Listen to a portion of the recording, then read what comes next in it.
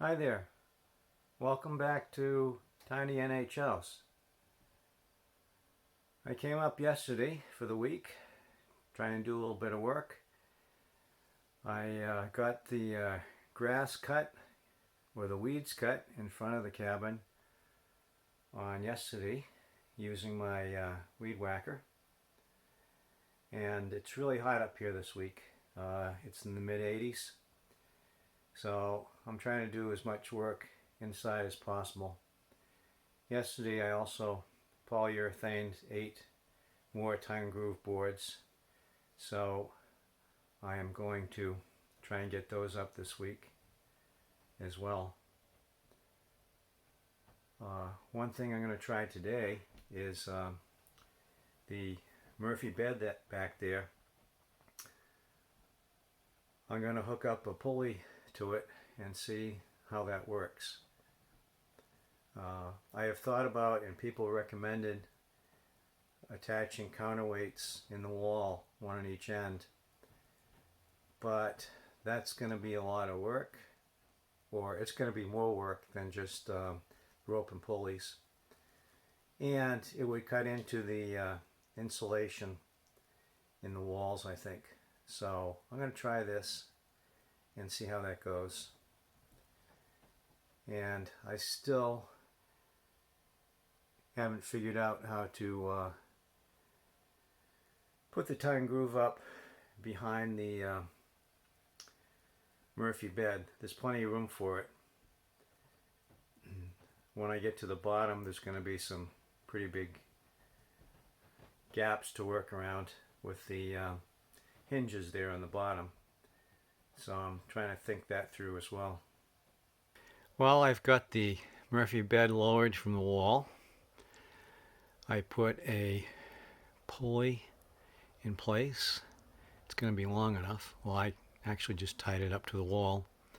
What I got to do next is drill a pilot hole so I can screw that eye bolt into the frame, and then I'll give this this pulley a try, see if it works.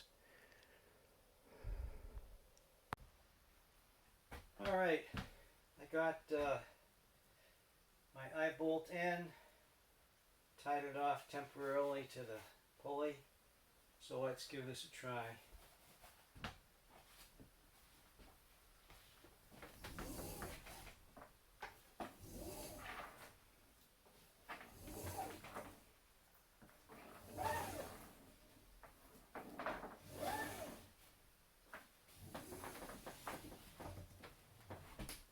Well, that works.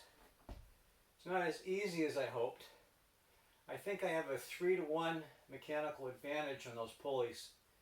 So I'll see if I can get a setup where I have a 4-to-1 advantage.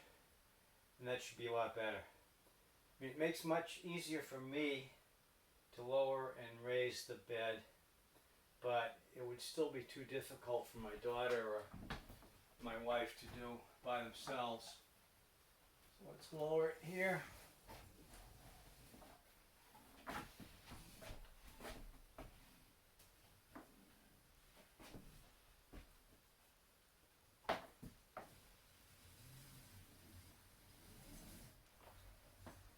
Starts picking up the weight about here.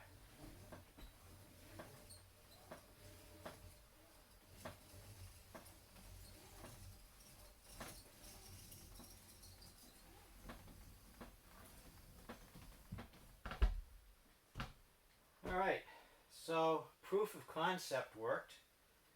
I've got a carabiner around here somewhere that I can use to attach the pulley, so we can quickly disconnect it. I don't have to anchor it up there better, but yeah, I think it's going to work. So when I put the tongue groove up on this wall, the top 3/4 of the wall are going to be easy, straightforward. But when I get into this section here, where the bed is at the bottom, where the pulley, where the where the hinges are, I'm going to have to work my way around these supports with the tongue and groove. So it's not going to be straightforward, but I don't think it'll be that difficult either.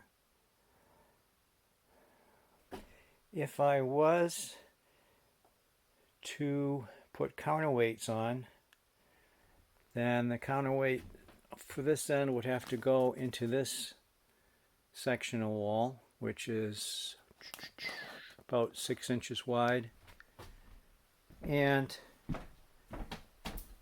it would have to go into one of those bays as well. So I don't think it's really worth it trying to put in counterweights.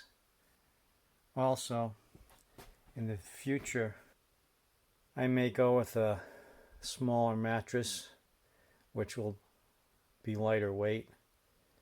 May go with a futon type of mattress. This was an old mattress we had that I just brought up here to try out. But if I went with a futon type mattress, it would weigh probably half as much as that. All things for the future. Right now this will work. Just have to get a pulley with a little higher mechanical advantage, and we should be all set. So this is the bottom of the Murphy bed. Got the hinge that it rotates on, and there's a piece that goes into the wall there, and I have it bolted to the wall. I also put a little piece under it just to help hold it up. What I'm going to do is I'm going to take that out. I'm going to put a piece here, put a piece of wood here. That'll end up being there. So that'll give support under here, in addition to what's on the wall. And then this piece in here I'll remove, and then when I put the tongue and groove up on the wall, it'll be easier because that won't be flush against the wall. There'll be a piece out here instead, so I can slip my tongue and groove behind there. So I have to do that on two sides, or two corners there, and over there, that corner. So I'm going to cut those pieces now to size and see if I can tap them under there. Well, that worked good. I got two of them in, one there in the corner, and they're right under the hinges, and they're away from the wall, so I can slide my tongue and groove boards under there. When I nail them up in the wall, and the only thing I'm going to have to work around are these supports that go into the wall as far as cutting the tongue and groove. So that's going to work, at least for the time being. So next I'm going to cut and fit a piece of tongue and groove under these two windows in the kitchen above the sink there. So that'll pretty much finish the work I have to do with the tongue and groove in the kitchen.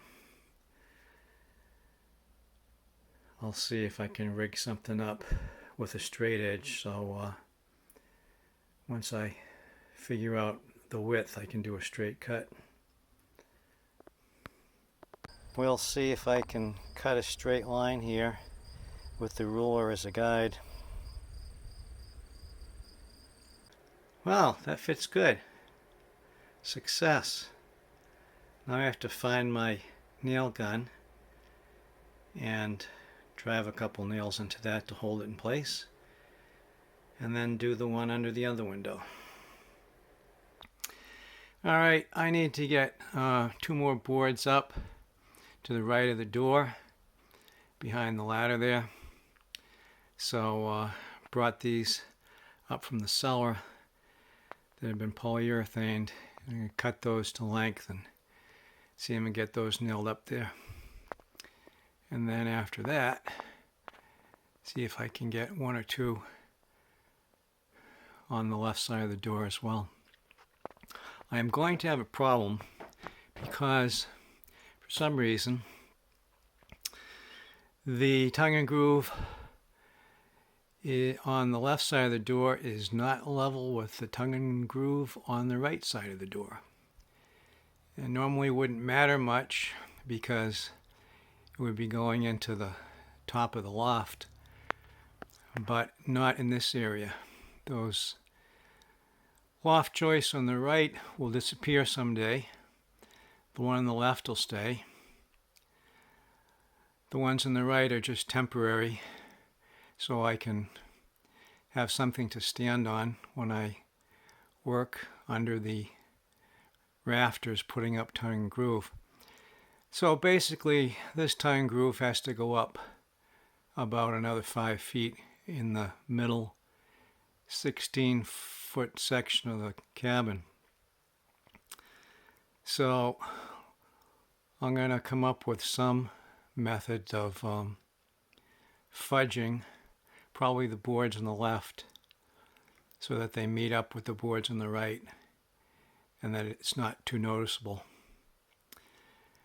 I'm still thinking about how to do that. That will not be this trip anyway, so I can let that formulate in my mind for a while. All right, let's get to cutting these boards. So I got those 2 pine boards up on the top there, and so next get a board up here.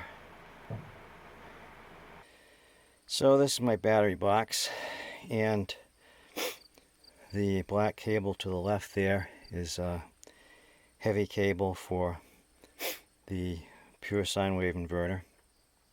So I'm going to run it through the pipe there and into the cellar. I've got 10 foot of this, and I've got 10 foot of positive. I want to see if it's long enough. So this is a test to see how far this will go in the cellar. I got the cable through, and it's going to be long enough.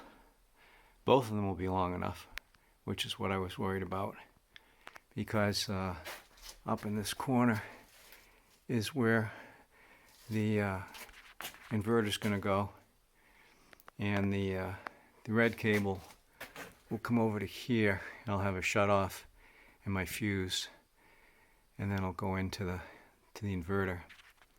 So that makes me feel good.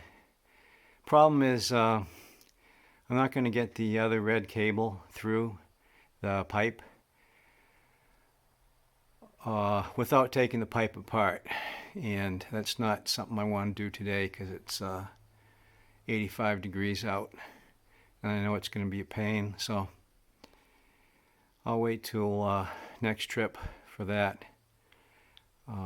But even though it doesn't look like much, this is an accomplishment, because it makes me feel better knowing that I can use those 2 10-foot long heavy cables that I purchased 2 years ago. Yeah, all right, enough of this for today. Well, that's going to do it for this trip. I was able to get the weeds cut the other day in here, and I got to do something about that moss that's taking over everything, and the wild berries that are taking over everything. So when I was running the battery cables, I checked the water in the batteries and they're fine. So one of the reasons I came up this week is I knew it was going to be hot, and it's, I think, set new records this week up here.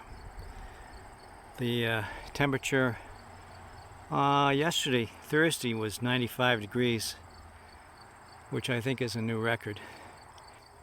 Yeah, part of my reasoning is I wanted to see how warm it would get inside the cabin. So yesterday it got up to 84 by the end of the day.